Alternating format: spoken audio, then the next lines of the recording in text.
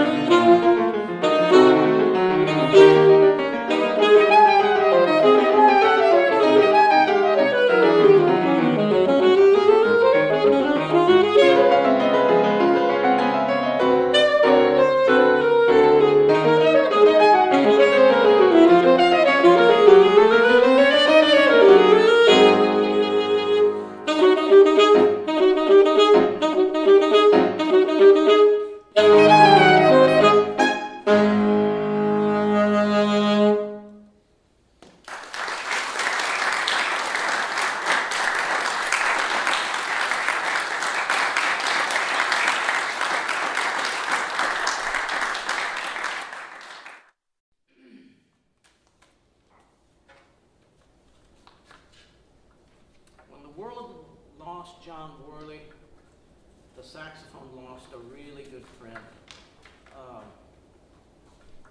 I'm not sure what the number of pieces is that he contributed to our repertoire. Of course, with the saxophone being his instrument of choice, it was no surprise, but his friendship with Sigurd Roscher turned out, of course, many transcriptions, including, transcriptions for saxophone orchestra that were expertly done. I'm thinking of the Grieg Holberg suite as one example.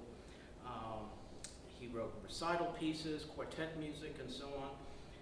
And when the thought occurred to both of us to contribute a sonata to my personal library, I was all ready for it. And little did I know that he was giving me almost a 20-minute long sonata. But anyway, if you like George Gershwin for 20 minutes worth, that's what you're about to get for saxophone and piano. So these titles, as the program notes point out, are tourist attractions in the state of Maine, which was his home state for a good part of his life.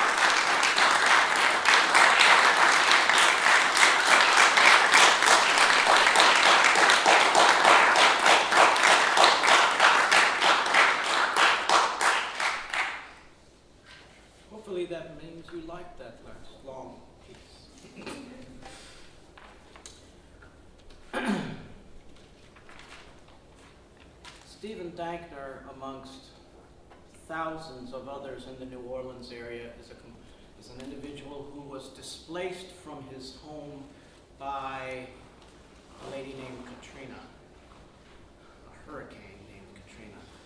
And for a goodly number of years, I'm going to take a guess and say it was at least 25, if not more, he served the New Orleans Center for the Creative Arts, which is their answer to the school that the television show Fame, too many years ago to count, was based on. It's a high school, but geared only towards the performing arts, theater, dance, visual art, and so on, as well as music, of course. And Steve and I, to give a little bit of a background on our relationship, he was in the same place at the same time where I was premiering another piece for the saxophone, and I heard whatever piece it was of his that was getting played there, but we never got to shake hands and meet and all that kind of thing at that particular festival. And so I found him, just like most adventurous saxophonists do. I found him on the internet and clicked on his email address and so on and asked him if he'd ever written anything for the saxophone. And he wrote back saying, no, do you have any ideas? And here's the composer asking the player if he's got the idea. And I said, well, do you? And the short end of that story is the first piece that he wrote for me, which was a sonata back in 1997. Those of you saxophone players who like the Creston Sonata, you would love his sonata, because first of all, Creston was one of his professors. So he was heavily influenced by him, as well as others such as Percy and Roger Sessions, all of those people that spent many years in New York composing and teaching. That sonata has gotten more performances from me than probably any other piece, simply because I love it, I love to play it. People who hear it just go crazy over it. And there were copies of it sold at saxophone congresses, at the Saxophone Congress that I played it at. And it's a credit to his writing. He has a gift for melody that cannot be matched. And I think on one of the early performances of the sonata down in our part of the woods, meaning the Gulf Coast, he shows up with this piece because it was close to my birthday. And he said, happy birthday, and I opened the package, and total surprise here. So I threw the piano score at the pianist and I said, let's learn this now. And so we ran it down a couple of times and we played it as an encore to that concert. And it's very lovely. It fits the saxophone beautifully. I'm going to have the great opportunity of playing it with strings. He orchestrated it for me as well when I get to Russia this year. And hopefully you enjoy it as much as I do playing it. So the meditation for saxophone and piano, as well as strings.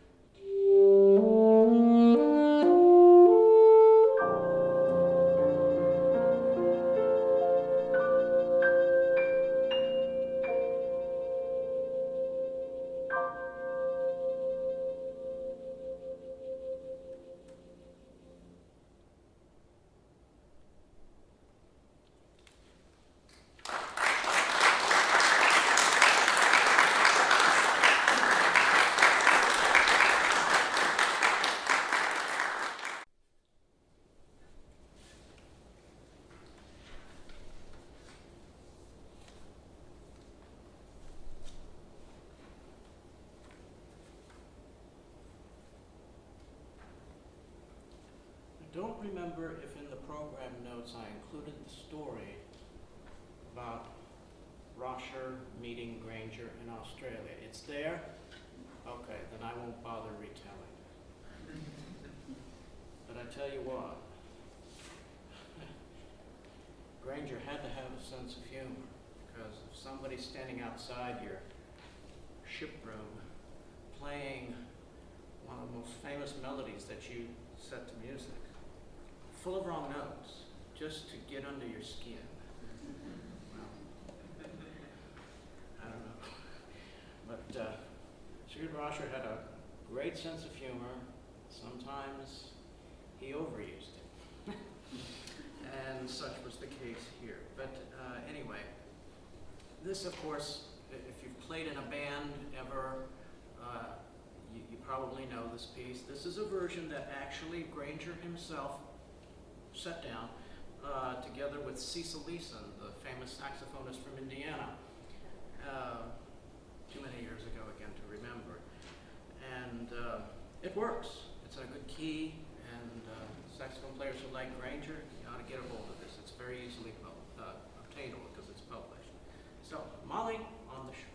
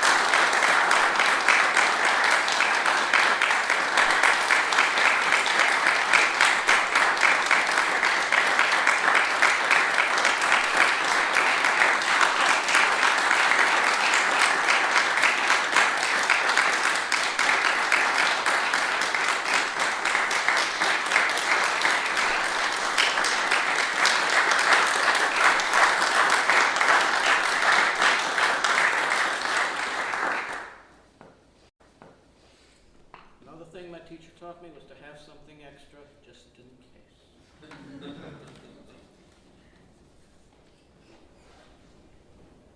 If you read my biography on the website, you'll understand why I've chosen this piece, amongst others sometimes that I play, as an encore. Hopefully I won't need to introduce it. Let's see if, and if you don't know it, come backstage and ask me what it was.